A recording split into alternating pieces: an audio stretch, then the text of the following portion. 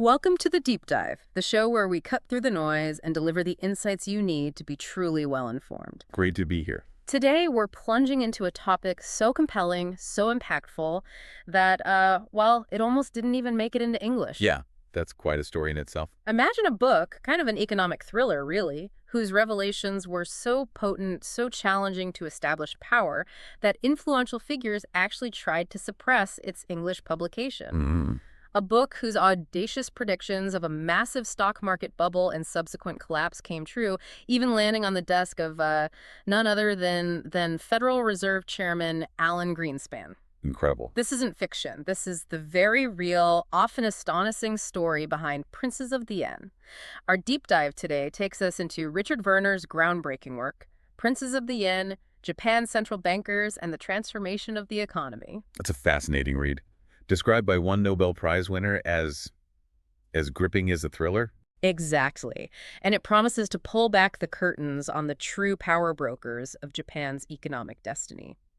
Our mission today is to uncover how a hidden elite within Japan's central bank allegedly orchestrated one of the most astonishing economic transformations in modern history. Right, influencing everything from the, dizzying heights of the 1980s bubble. To the prolonged, really painful 1990s recession. All with a clandestine sort of long-term agenda. You're about to hear a story that challenges conventional economic wisdom and reveals what Werner calls a sinister trend in global finance. Okay, let's unpack this. Yeah, let's get into it. Prepare to have some fundamental assumptions challenged. Definitely. So, when we think of Japan's post-war economic miracle, a common narrative paints this picture of a free market triumph. The standard story. Rebuilt on capitalist principles, rose from the ashes. Yeah, the capitalist phoenix narrative. But Werner's book reveals something really counterintuitive. Deeply counterintuitive. He suggests Japan's post-war success was actually a continuation, not a departure, from a very different kind of economic system. One forged in war, basically. Exactly. Not a reinvention, but a repurposing. What's fascinating here is that the conventional narrative often overlooks this profound historical continuity.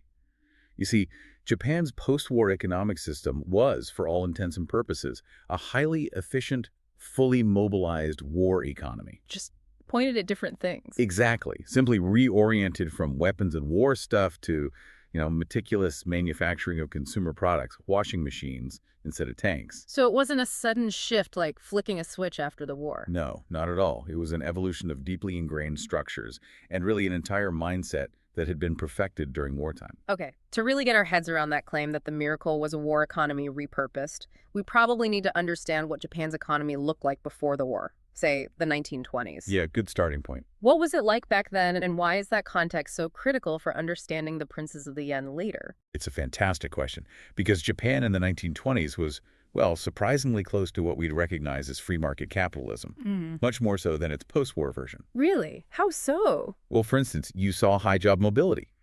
People changed jobs about as much as they do in the U.S. today. Wow, not the lifetime employment image we have. Not at all. That came later. And individual shareholders held most of the stock, not the complex web of cross-shareholdings between companies that we saw later. Okay. Trade unions, organized by craft, not by company, were genuinely influential. They could even stage pretty disruptive strikes. Also very different from the post-war image. It's totally different. And unemployment rates. Yeah. Double digits. Not the consistent 2% seen later. So much more volatile, market-driven. Exactly. Werner calls it an American-style liberalized economy back in the 1920s. And here's the kicker. This earlier, more open model is precisely what a powerful elite within the Bank of Japan, the Bojei, later sought to revive. Ah, so they saw the war economy period as a detour. Kind of. A necessary, perhaps, but ultimately temporary deviation from what they saw as Japan's true economic path. It's hard to picture such a drastic transformation, though, from their relatively free market 20s economy to this highly controlled war economy in just a few years. That's a huge shift. It was astonishingly fast, yeah. How did they actually do it? What specific mechanisms or laws allowed them to grab that much control so quickly, and what did that new system fundamentally look like? Well, the shift was dramatic and swift, Yeah. especially from 1937 onwards, as hostilities with China escalated. The military, using emergency war legislation, empowered this group of what they called reform bureaucrats Right. to basically establish a fully mobilized, centrally planned economy with really strong government intervention. It was totally top-down. Not gradual at all. No, almost revolutionary. And several key laws made it happen. First, there was the Export-Import Commodities Emergency Measures Law. That basically prioritized materials for the munitions industry. Makes sense for wartime. Then, the Emergency Capital Allocation Law. This was huge. It tightly controlled company creation, capital increases, dividends, bonds, borrowing, everything. Wow. The goal was simple: funnel all the money towards munitions. Total control of finance. Pretty much. Then the Munitions Industrial Mobilization Law gave bureaucrats almost unfettered control over industrial output. Okay. But the biggest one, really, was the National General Mobilization Law of 1938. This thing was sweeping. It basically gave the government carte blanche. Like, do whatever you need to do. Essentially, yeah. Yeah. Mobilize all physical things, conscript imperial subjects, and crucially, the details were left to ministerial ordinances. Ah, so the power went straight to the bureaucracy. Exactly. They could reshape the whole economy by decree. By 1940, the Knot cabinet formalized all this with a new economic order. Sounds ominous. Well, it included a new financial system, new fiscal policy, new labor system, all coordinated by the Cabinet Planning Board. The stated goal: maximum economic growth by directing resources precisely where they wanted them. And this involved changing companies themselves. Absolutely. What Werner calls managerial capitalism was actively promoted. Managers seen literally as private sector soldiers serving the state were elevated way above shareholders. So managers reported to the state, not the owners. In effect, yes. The reformers basically concluded that capitalism would work better without capitalists actually in charge. Firms were declared communal organizations, not just shareholder property. How do they enforce that? Laws, like a 1939 rule restricting dividends over 10%. And the 1943 Munitions Corporation Law basically eliminated shareholder influence. Managers were accountable only to state planners for hitting production targets. Owners were sidelined. And what about the workers? That changed radically, too. The new labor system brought in low job mobility, the famous lifetime employment. Ah, there he is. Seniority-based pay, company unions controlled by management. Remember, not independent craft unions like the 20s and bonus pay. Workers became corporate soldiers, too. All aligned to national goals. Exactly. And critically, the whole system preferred bank funding over equity. Why was that? Because banks were easier to control and monitor. They could align their lending with state growth objectives much better than profit-focused shareholders who might just want dividends or short-term gains. So banks became the key tool for directing the economy. The absolute key. The entire system was designed for maximum output and directed growth, not necessarily private profit. Okay, so after Japan surrenders in 45, General MacArthur's occupation comes in, tasked with democratizing, liberalizing. You'd expect a total dismantling of this war economy system, right? That would be the logical assumption, yes. Was it a fresh start, a clean break, or was there, more continuity than it seems, like a shadow system carrying on? Well, that's a critical question. And Werner argues, pretty convincingly, that the official narrative abolishing wartime laws, disbanding the military, was largely a reform by relabeling. Relabel it, yeah. There was a truly remarkable degree of institutional and, crucially, personnel continuity. The war economy didn't just vanish. It sort of went underground and re-emerged with new, less scary names. Like what? Give me an example. Okay, the powerful munitions ministry. It just split into MITI, the Ministry of International Trade and Industry, famous later on, and the Economic Planning Agency. Ah, sounds much nicer. Definitely less menacing labels. But they performed strikingly similar functions. Guiding industry, allocating resources. The function remained. And the wartime control associations, which managed specific industries, they just resurfaced as powerful private sector business associations, like Kaidanren, the big umbrella group, or the Japan Automobiles Manufacturers Association, direct successor to the wartime auto control body. Wow. Even key parts of the post-war tax system, like the 1952 Enterprise Rationalization Promotion Law, offering tax breaks for capital investment, came straight from wartime policies, like the 1943 price compensation system. Yeah. The structures just got rebranded. Okay, but what about the people? Surely the leaders changed. That's the other key point. General MacArthur ruled indirectly, governing through the existing Japanese bureaucracy. Ah, so he kept them in place. Largely, yes. This meant virtually complete continuity of wartime bureaucrats and managers. The military brass might have gone, but the intellectual architects who ran the war economy mostly stayed. Can you give an example? Nobusuke Kishi, wartime munitions minister, key designer of the war economy, later becomes prime minister, forges the U.S.-Japan alliance. Or this elite group called the Manchurians bureaucrats who'd experimented with this mobilized economy in Manchuria using German ideas. Right. They came back to Japan after the war and implemented the exact same systems domestically. The expertise, the mindset, it all carried through. Incredible. So the knowledge didn't disappear. Not at all. And even the corporate structure was resilient. The planned breakup of the 5 biggest banks, abandoned, financial system basically unchanged from wartime. No way. Large conglomerates survived, restrictions on stock ownership, mergers relaxed quickly, the keiretsu, those tight company groups. Yeah, I know those. And the main bank system, where one bank finances a whole group. They reestablished themselves fast after the U.S. left. So the core structure just snapped back into place. Exactly. Solidifying the war economy's legacy, allowing it to drive that post-war miracle. It wasn't a miracle from nowhere. It was built on those wartime foundations. Hashtag 1.4 excess competition and Japan's economic war on the world. It's incredible how effective this repurposed war economy was at driving growth.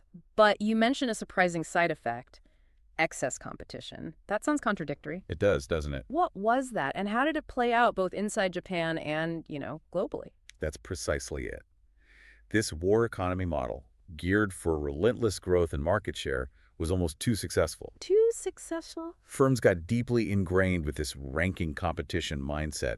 Getting the top spot in their industry was way more important than immediate profit. So they'd lose money just to be number one. Often, yeah. They'd go deep into the red, borrow heavily just to subsidize output, fighting for market share until bankruptcy if needed. The bureaucracy itself recognized this and called it excessive competition, kachukusho.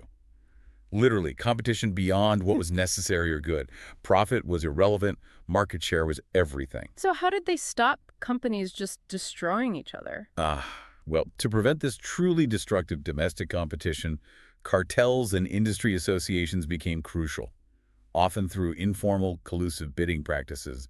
Dango. Dango. Like the food. Yeah, literally dumpling, but it means like a sweet agreement or rigged deal.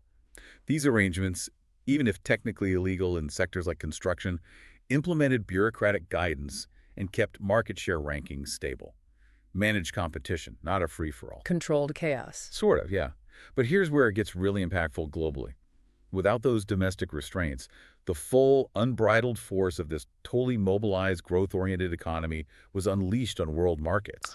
Japanese exports, often ignoring short-term profits just to grab market share, dominated the steel and shipbuilding markets in the 1960s. I remember hearing about that. Then they basically wiped out the entire U.S. consumer electronics industry in the 70s and 80s and hit car markets hard in Europe and the U.S. Leading to job losses overseas. Big time. Yeah. This wasn't just trade. For Japan, a trade surplus was explicitly seen as victory in this ongoing economic war. And how did they get away with this, joining things like GET-TT and the OECD that required open markets? Yeah, well, Werner calls it a great act of deception. Bureaucrats cleverly used cross-shareholdings, a tool from their wartime arsenal, to consolidate power. How did that help? It effectively stopped foreign companies from taking over Japanese firms just by buying stock. So they looked open on the surface, but underneath they kept a tight control, protecting their unique system. Pretty ingenious, really. This picture of a highly controlled, growth-driven economy, like a perpetual war machine where market share beats profit, it's fascinating. Such a contrast to the usual story. It really is. But the big question is, how do you actually control an economy that massive? What's the fundamental lever they were pulling to allocate resources, shape its destiny? Right. If we connect this to the bigger picture, the answer lies in understanding the true nature of money itself and what Werner calls the alchemy of banking. The alchemy of banking sounds mystical. Well, it's a profound truth that's been obscured, especially in Western economics. But the wartime planners, and later the princes of the yen, understood it deeply. Why? That controlling money isn't just about managing inflation or interest rates. It's about controlling the country itself, directing its path with incredible precision. Okay, so most of us probably think banks just, lend out money that savers deposit. You put money in, they lend it out. Intermediaries, is that right? Yeah, the conventional view. But it's largely a misconception, and understanding this is absolutely key to Werner's whole argument. Go on. As early as 10th century China, they knew money was based on state law, not just gold or silver. In Europe, goldsmiths, the first bankers, started lending out gold that people had deposited for safekeeping. Right, I've heard that. They were effectively creating new purchasing power. Kept it quiet, though. Understandably. Today, it's less visible, but just as profound. Private banks create the vast majority of purchasing power in the economy, not just by lending existing money. How then? They create what Werner calls book money or computer money, simply by opening an account and creating a new deposit entry when they grant a loan. Wait, so when I get a loan, they don't take it from someone else's savings? Nope. They literally just type a number into your account. Poof. Yeah. New money exists that didn't before. It's a digital deposit, a promise backed by the bank, and your future repayment. That's mind-blowing. And since over 90% of money today is digital, not cash from the central bank, this credit creation by private banks is most of our money supply. So banks decide who gets this new purchasing power. Exactly. And that power is immense. It influences everything: housing prices, which industries grow, which shrink. It's a power few really grasp. Wow. So it's not the levers we usually talk about, like interest rates. Not primarily, no. Hmm. It's the sheer volume of new money banks create and direct. That reframes everything, doesn't it? Completely. It sounds almost revolutionary. It is. And Werner shows the princes of the yen understood this deeply, way before many Western economists did. If you want to know what's really driving an economy, look at the flow of new credit, not just interest rates or existing deposits. Okay, so if banks actively create money when they lend, what does that mean for how we understand the economy? It really sounds like focusing on interest rates as the main policy tool is missing the bigger picture. Indeed. What Werner's research actually shows is that the total amount of new credit created by banks, credit aggregates, economists call them tracks economic activity, far, far better than just looking at measures of existing deposits like M1 or M2 or even interest rates. So M1, M2, those are less important. They measure the existing pool of money. Werner argues the crucial thing is the flow of new credit entering the system.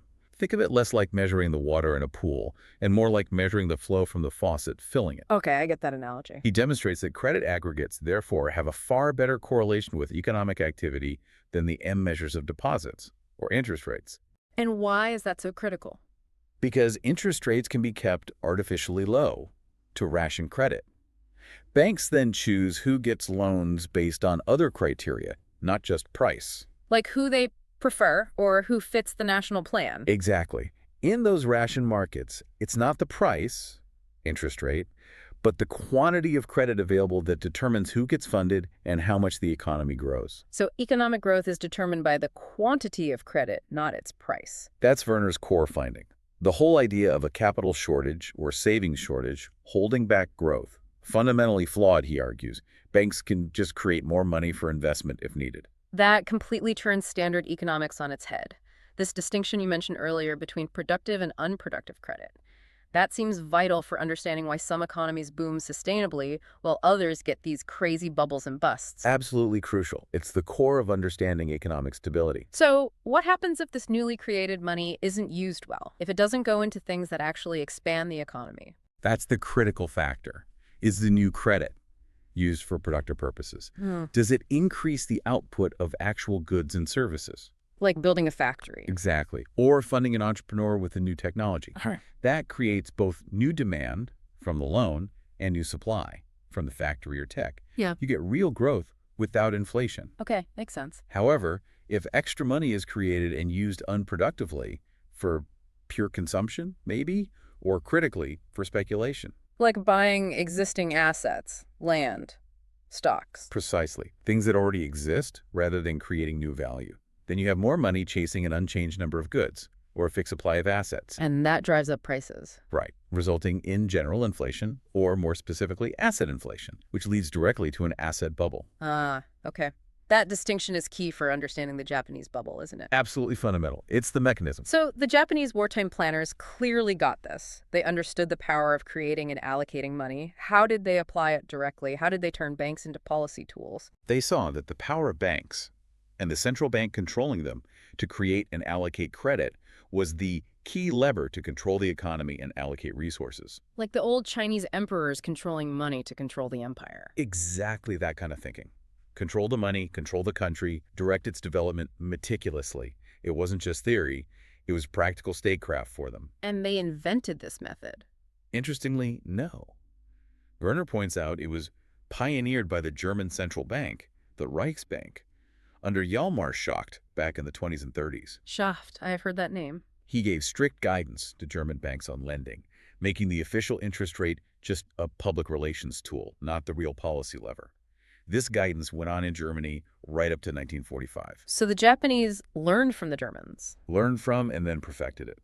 In Japan, the Bank of Japan became the absolute control center of purchasing power. Its governor even headed the National Financial Control Association, running the resource plans. And how did they control the banks day to day? Through detailed guidelines on bank lending. This system became famously known as window guidance, or Madoguchi Shido. Window guidance, okay. And to stop firms just bypassing them by raising money on the stock market, the BOJ severely restricted equity finance too. Banks were the only game in town for significant funding. Total control. Pretty much. And resource allocation was incredibly specific. Borrowers were put into categories. A for critical war supplies, B for medium priority, C for low priority or luxuries. Wow, really granular. Oh yeah. And main banks were assigned to Category A firms to make sure they got enough loans to hit production targets. And category C, like piano makers. Tough luck. Couldn't raise external funds. Werner mentions Yamaha actually retooled its cano factories to make aircraft propellers during the war because of this. Incredible. So the system just reshaped the economy completely. Rapidly and dramatically, ensuring maximization of the desired type of output for national goals. And this continued after the war. Absolutely. Here's the kicker. This system didn't end in 1945. BOJ Governor Hisato Ichimata, who explicitly saw in President Schacht the ideal central banker, quickly reestablished window guidance after WWII. To rebuild the economy. Exactly. He directed funds to priority industries like coal, fertilizer, textiles, essential for reconstruction. But he actively denied funds to sectors like real estate, retail, and consumers. Why? Considered them luxuries Japan could ill afford while rebuilding. This direct quantitative control over credit, not just tweaking interest rates, was the real hidden power behind Japan's post-war miracle. Okay, understanding that banks create money and the BOJ had this long history of direct control via window guidance, that really changes the perspective on the 1980s. Completely. That era of Japanese dominance, but also the infamous bubble economy. Conventional wisdom says, what, market forces? Maybe a policy mistake? Yeah, speculative fervor, loose money. But Werner makes a much more shocking claim. This wasn't an accident. It was a deliberate, orchestrated inflation of a massive bubble. How could that possibly be true? Why would they do that? Well, the mysterious money of the 80s and the bubble look far less mysterious through this lens of credit creation and BOJ control. Werner argues it was deliberate, a textbook credit-fueled boom engineered by those powerful figures inside the central bank. Hashtag 3.1, Japan's mysterious money buying up the world. Right, the 80s. Japan became the world's biggest capital exporter, buying up Rockefeller Center, Hollywood studios. Japanese money seemed to be everywhere. The financial tsunami, they called it. And traditional economics struggled to explain it. Where did all this mysterious money actually come from? The scale was just immense. Mid-80s to the end of the decade, Japan dominated international capital flows, like 86.6% of net capital exports from major industrialized countries in 1987. Wow. And here's the critical part. Their net long-term foreign investment was almost twice their current account surplus, meaning Japan was purchasing far more assets abroad than it could afford due to its exports.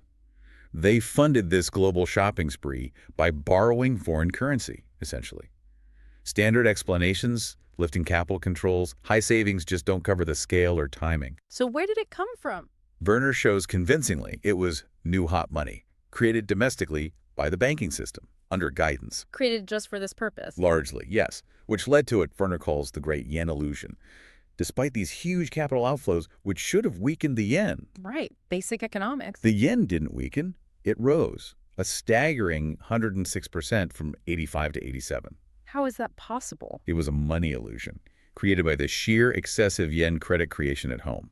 The BOJ and the banks were pumping out so much new credit within Japan that it overwhelmed the normal currency effects, like filling a tub too fast for the drain. Okay, so this hot money gets created domestically by banks, following orders, and then it floods into asset markets, home and abroad. How did that specific process fuel the infamous Japanese asset bubble? It goes right back to that productive versus unproductive credit distinction.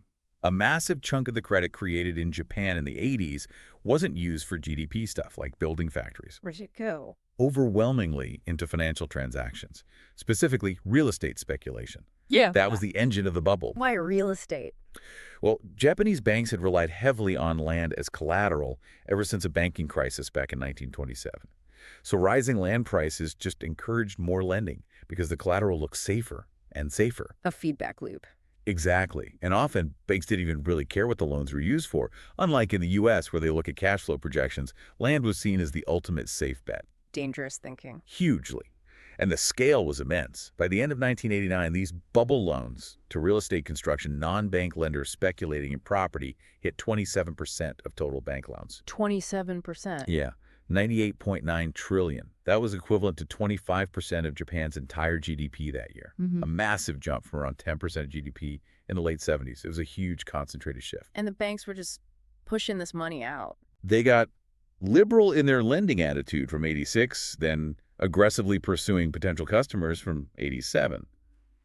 Werner documents loan officers actively hunting for borrowers, offering to fund speculative land deals with guaranteed capital gains. It's like a frenzy. It was. The average person even had a term for it. Kanamari, excess money, or money glut. It was a classic credit bubble, driven by banks creating too much money for financial speculation, not production, leading directly to massive asset inflation. Okay, but the conventional story often says the BOJ abolished its explicit window guidance controls in the 80s, implying market forces took over or the BOJ just reacted. Right, that's the official line. But your research, based on Werner, suggests something else entirely. What did he find? And who are these princes making the decisions? This is a crucial point. It directly challenges the official narrative. Yeah. It's the smoking gun. The evidence is clear. Right. Window guidance continued. It wasn't abolished. In fact, it was deliberately used to raise loan growth. The BOJ kept its grip on the quantity of credit banks could create. How do we know? From 1985, especially 86 and 87, the BOJ explicitly told banks, quote, use more because we have a recession. They told them to lend more, even into the bubble. Yes, banks sometimes thought, privately, this is a little bit much, but they felt compelled to use it all up. Why? To maintain their ranking among the big city banks. Ah, the ranking competition again? Exactly. If you got a reputation for being weak, not using your quota, you'd get less next time. Window guidance was described by some bankers as a burden, sometimes forcing lending, especially into real estate, that they didn't really want to do. So was direct quantitative control driving the lending boom? Absolutely. Right. Not just interest rates. And who is pulling this lever? An elite inner circle at the BOJ, known as the princes. The princes of the yen? Themselves, anointed future heads of the bank, often serving long terms, wielding immense unchecked power. Figures like Tadashi Sasaki, Haruo Maekawa, Yasushi Mieno, Toshihiko Fukui. So who was in charge during the bubble? Satoshi Sumido was the official governor, 84-89. But Werner contends the real decisions were taken by Sasaki, together with his princes, Maekawa and Mieno. You know? Yasushi Mieno, as deputy governor, and Toshihiko Fukui, head of the banking department, 86-89, were directly in charge of implementing window guidance. They were the ones forcing banks to expand lending aggressively, especially into real estate. But Mieno later blamed the private sector. Exactly, which Werner finds deeply hypocritical. These princes weren't incompetent. They were unrivaled experts in using credit control. Werner argues their actions were remarkably consistent and logically coherent, aimed at achieving their profound long-term goals for Japan. The bubble wasn't an accident, it was step one. Okay, so the bubble was deliberately inflated. That's already a huge claim. But Yeah. then for Werner to argue the recession that followed, the lost decade of stagnation, deflation, banking crises, Yeah. that this wasn't just an unfortunate collapse, but a deliberately prolonged recession orchestrated by the central bank. That feels almost beyond belief. It's a radical idea, definitely. Why on earth would a central bank intentionally cripple its own economy? It flies in the face of everything they're supposed to do. It does challenge conventional thinking, and it raises that important question. Why did the BOJ fail to expand the money supply and engineer a recovery in the 90s despite deflation and unemployment? Yeah, why? The answer, according to Werner, lies in their long-term agenda. Radical structural transformation of Japan's economy. The recession wasn't a failure to be avoided. It was a tool The tool for what? for creative destruction, as they saw it, to dismantle the old system. Hashtag 4.1. the Beaujay's ineffective policies. Interest rates, fiscal stimulation. But during the 90s, didn't they try stuff? We saw repeated interest rate cuts right down to zero eventually, and massive government stimulus packages. They certainly appear to be doing things, yes. The Beaujay cut the discount rate 10 times, hit the zero interest rate policy by 99. The government launched 10 fiscal packages totaling a massive $146 trillion. So they were doing everything by the book, conventionally speaking. Seemingly. Yet the economy stayed stuck, mired in stagnation. Why didn't it work? Here's the crucial insight. The Beaujay, Werner argues, knew perfectly well from its own past experience with credit rationing that just lowering interest rates wouldn't boost the quantity of credit when banks were paralyzed by bad debts. Ah, the quantity versus price thing again? Exactly. The price of credit wasn't the issue. Banks weren't lending anyway. While private bank credit creation just collapsed after 1990, the Beaujay itself did not increase significantly its own credit creation. He didn't step in to fill the gap. No. In fact, they even withdrew money from the economy in March 1995. Werner argues this was a deliberate choice, not incompetence. But they must have given reasons for not acting. Excuses. Oh, absolutely. They consistently trotted out excuses. They argued monetary policy was powerless with zero interest rates. The classic liquidity trap argument. Where people just hoard cash. Right. And they claimed the money supply was endogenous, meaning it was just a result of economic activity, not a cause, so they couldn't really control it directly. Convenient. Very. These arguments were pushed hard by top Beaujay officials, like Hayami and Okina, but Werner sees them as academic fig leaves covering a predetermined policy of inaction. They knew how to create money, they just chose not to, for recovery purposes. Hashtag tag 4.2 Werner solutions. Ignored advice. Okay, so if the Beaujay had these justifications, which Werner calls excuses, what were the actual concrete alternatives he and others were proposing back then to end the recession? Werner, using his understanding of credit creation, was arguing forcefully for aggressive expansion of both central bank and bank credit way back in 1992. He called it something, didn't he? Yeah, Rashigi Kinyakanwa. Quantitative monetary easing, QE. QE back in 92. Yeah. He meticulously showed just how easy it would have been to create an economic recovery as early as 1992 or 1993, simply by increasing the total quantity of money. It was a clear plan. How would the Beaujay do that? His solutions involved direct central bank credit creation. He said the Beaujay could increase purchasing power without limit by buying any asset. Any asset. Government bonds, corporate bonds, stocks, foreign currency, even bad debts directly from banks at face value to clean up their books. That would have helped the banks. Massively. He even provocatively suggested the Beaujay buy real assets like land, creating Beaujay parks in Tokyo, just to inject money directly. Okay, that's radical. Other ideas? Direct central bank lending to companies. Or even transferring money directly to taxpayers' helicopter money, which directly stimulates demand without crowding out private activity like tax cuts might. Was there any precedent for this? Absolutely. Werner pointed out the Beaujay itself, under Ichimata, successfully reflated Japan after WWII when banks were in much worse shape. Right, you mentioned that. And the U.S. avoided a prolonged depression in the 30s, partly through aggressive money printing. He also tackled the moral hazard argument against bailouts head-on. He argued banks weren't the main culprits in the 80s. They were ordered by the Bank of Japan, via window guidance, to lend recklessly. So the Beaujay should foot the bill. It is reasonable to ask it to fund the bailout, he argued. Yet, despite these clear, historically backed proposals, they were consistently, deliberately ignored. It's just astonishing that such concrete solutions were just ignored. This refusal to act, despite the economy tanking, makes that predetermined policy idea seem much more plausible. Doesn't it? So if they could have fixed it but didn't, what was the actual underlying objective? What was the deeper agenda? Exactly. The consistent pattern, the elaborate efforts over a decade to fend off any suggestion to increase credit creation, it strongly suggests a predetermined policy that wasn't about short-term recovery. So what was it about? Werner argues the princes had goals much grander than just breaking up the Ministry of Finance and becoming legally independent, though that was part of it. What was the ultimate goal then? The structural transformation of Japan's economy, fundamentally dismantling the post-war economy system and introducing U.S.-style capitalism. Wow. So the recession was the lever to force that change. Precisely. A strategic crisis they allowed to deepen and persist, creating the conditions, the political will, for radical transformation. And you mentioned Beaujay independence. How did the recession help with that? That was a crucial political byproduct. The public got increasingly angry, and blame shifted towards the Ministry of Finance, MUF, for the mess. Taking the heat off the Boj. Exactly. This created the political capital for the Boj to finally win its 50-year struggle for legal independence from the MUF. When did that happen? The revised Bank of Japan law, passed in June 97, took effect April 98. It granted the Boj independence from the MUF from political influence. And the princes got what they wanted. It effectively crowned them, the crowned rulers of Japan's economy, giving them the unfettered power they needed to complete their transformation agenda. The recession served multiple purposes for them. Okay, so the lost decade wasn't a policy failure, but a calculated, brutal strategy by the Boj to force structural change, to dismantle that dominant war economy system. It's a grand, almost unbelievable plan. It really is. So what did this return to U.S.-style capitalism actually involve in practice? What were the consequences for Japan's economic model?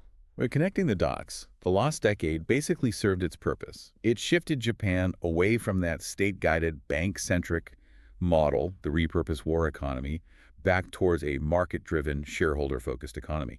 A painful unwinding. Deliberate and painful, yes. Yeah. It was Japan going back to the future in a way, returning to some traits of its 1920s economy, but with a new elite in charge. Hashtag 5.1 crisis of the miracle model and the push for productivity.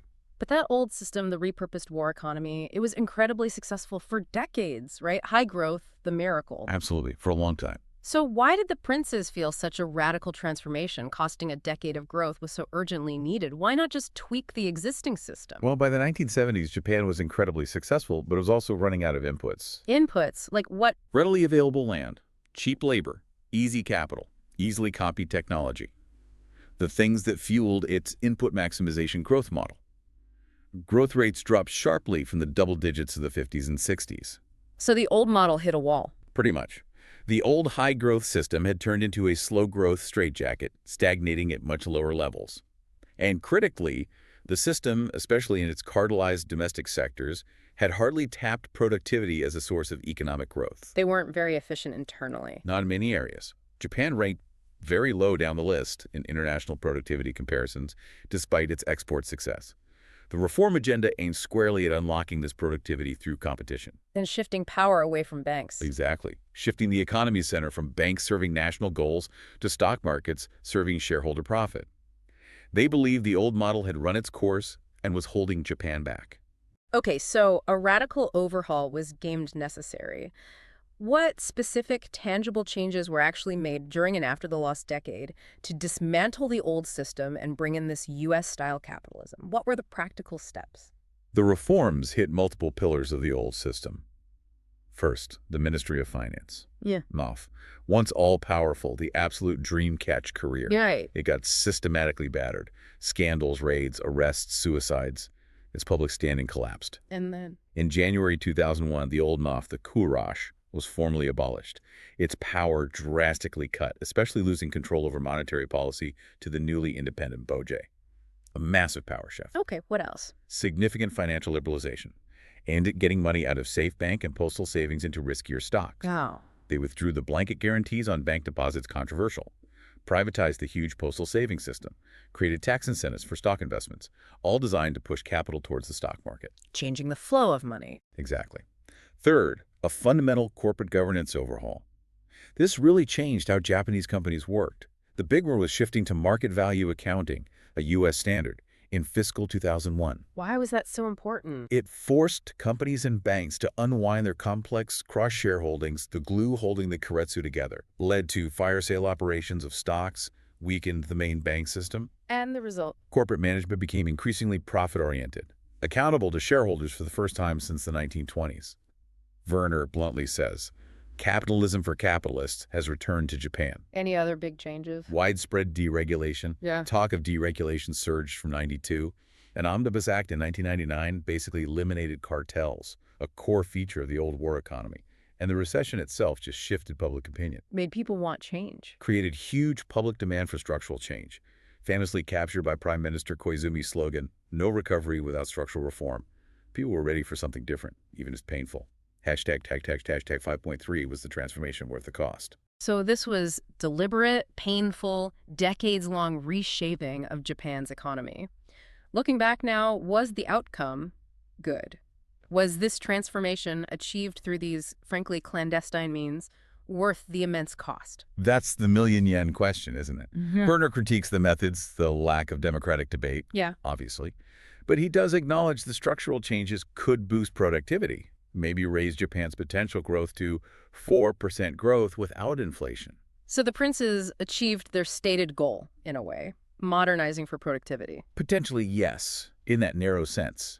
However, he also points out the reasons for ditching the old system are suspect, in his view. Oh, so? He notes that the highly regulated war economy system produced double-digit growth in the 50s and 60s when it was more regulated, not less. Right.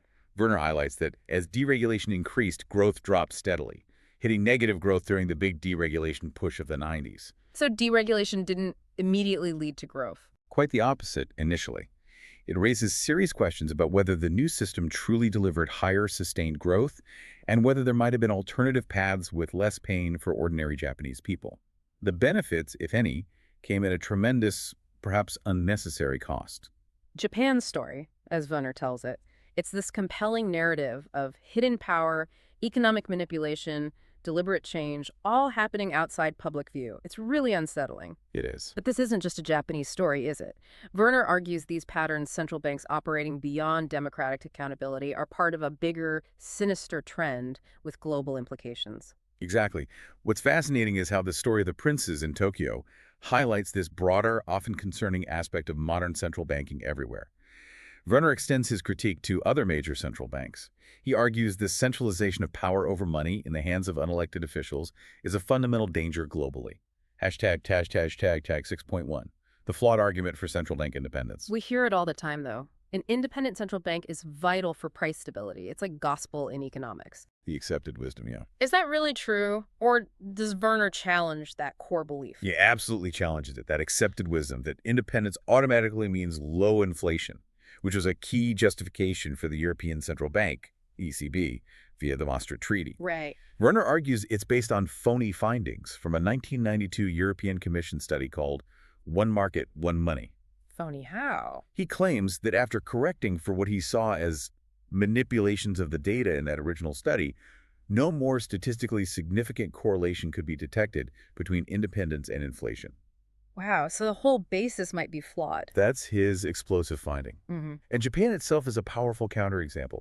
It had lower inflation than Germany recently, but also suffered the lost decade. Right, low inflation wasn't enough. Exactly. It shows low inflation alone doesn't equal successful monetary policy, especially if it comes with stagnation or deliberately prolonged recession.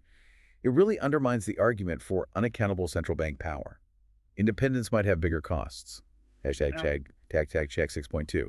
Historical precedents of unaccountable power. If that core argument for independence is flawed, then powerful, unaccountable central banks look even more worrying. Does Werner point to historical examples that show the dangers? Oh yes, he delves into history. Take the German Reichsbank. Legally independent from the government from 1875 to 1939, mostly privately owned. Okay. Yet it produced hyperinflation in 1922-23, wiping out savings. Then, under Hjalmar Schacht, it swung to highly restrictive policies, a severe credit crunch from 1924-33, using extra-legal credit controls, forcing cleansing bankruptcies that fueled mass unemployment. So independence didn't guarantee good policy? Not even close. And crucially, Werner argues it was independent from German democracy, but under the control of the Reparations Commission, which was dominated by Wall Street bankers. So, independent from whom? Good question. What about the U.S. Fed?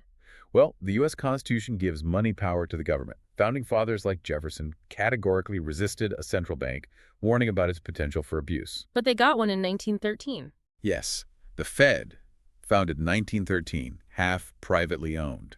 Supposed to prevent banking crises, but it failed to act during the Great Depression. Werner blames the Depression partly on the Fed's own earlier policies of excessive credit creation, followed by inaction. And it led to widespread misery. Catastrophic misery. And yet, the Fed has never been held accountable for its policies during that period. So are there any positive examples in his view? He points to Germany's post-war Bundesbank as a relative success, not because of absolute independence, but due to multifaceted accountability and consensus orientation. It balanced price stability with supporting growth within clear political limits. It couldn't just go it alone against the interests of the population. So accountability, not just independence, is key. That's Werner's argument, a balanced system, not unchecked power. Okay, considering those historical examples, Reichsbank, Fed, Bundesbank, what does Werner say about the European Central Bank, the ECB? It was set up to be very independent. It's extremely independent. Werner concludes the ECB is designed to be far more independent than the Bundesbank has ever been, and much more independent than the U.S. Central Bank. Really? More than the Fed? Yes. He calls it the least accountable central bank among advanced nations, with virtually no checks and balances. How so? The Maastricht Treaty, which created the Euro and ECB, actually prohibits EU democratic institutions from even trying to influence its policies. Wow, that's strong. Extremely. Werner concludes the ECB was created on the wrong foundations. He sees it as effectively reviving the corpse of the unaccountable Reichsbank, rather than adopting the more successful accountable Bundesbank model. A dangerous path, he argues. Hashtag 6.4, Alan Greenspan's secret, and the U.S. bubble. This is all incredibly unsettling.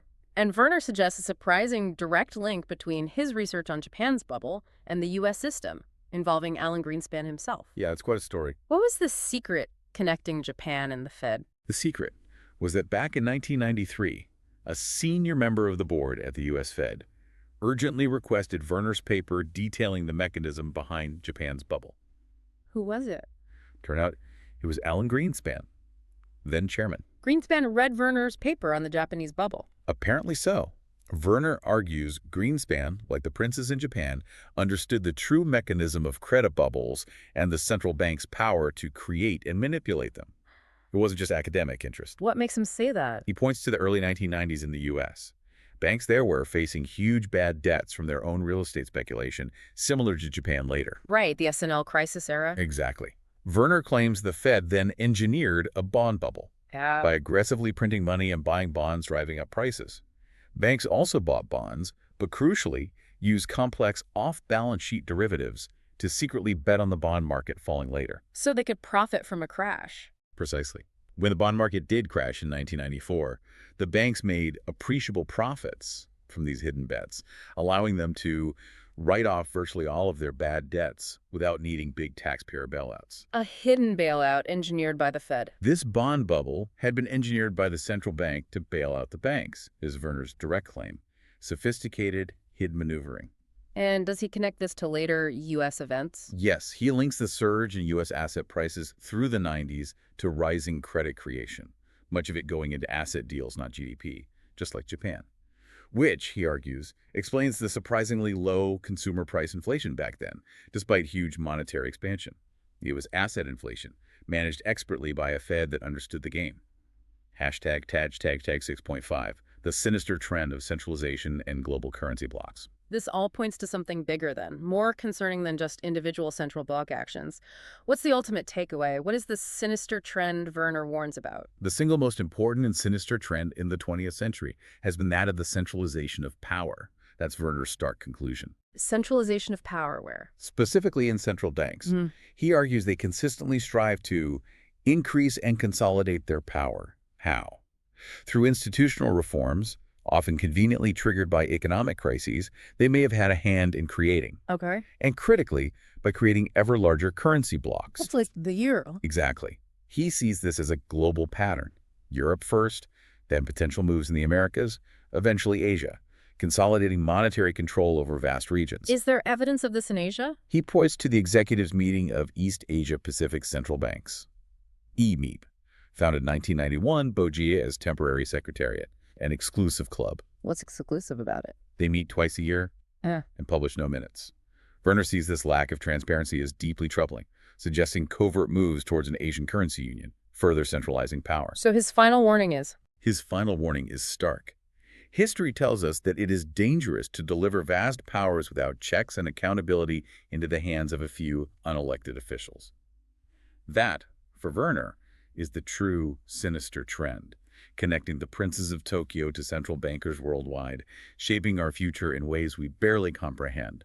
Hashtag tag outro. Wow. Okay, we've taken a deep dive today into a truly revealing and frankly pretty astonishing story. It's a lot to process. From Japan's hidden war economy and the secretive princes of its central bank, to their deliberate orchestration of a bubble and recession to reshape a nation, and then these unsettling parallels in central banking power across the globe, even reaching Alan Greenspan. It definitely challenges the standard narratives. The tale of Princes of the Yen really forces us to look beyond the simple headlines, the conventional economic explanations. It asks us to fundamentally reconsider who really controls how money is created and allocated. And what their true objectives might be, often different from the stated ones. Makes you question the story you've always been told. So what does this mean for you, the listener? Well, it means understanding this alchemy of banking, that banks and central banks create money. They don't just shuffle existing money around. That's fundamental. Fundamental to understanding booms, busts, the silent shifts in our financial systems. Exactly. This hidden power shapes your economy, your opportunities, your future in ways you might never have thought about. So the next time you hear about an economic mystery, a sudden market surge, a housing bubble, or just a central bank policy decision, remember this conversation. Yeah, ask yourself, is it just about interest rates? Or is there a deeper game of credit creation and allocation being played out behind the scenes? What stands out to you as the most surprising or maybe concerning part of this journey into the hidden world of central bankers? Something to think about.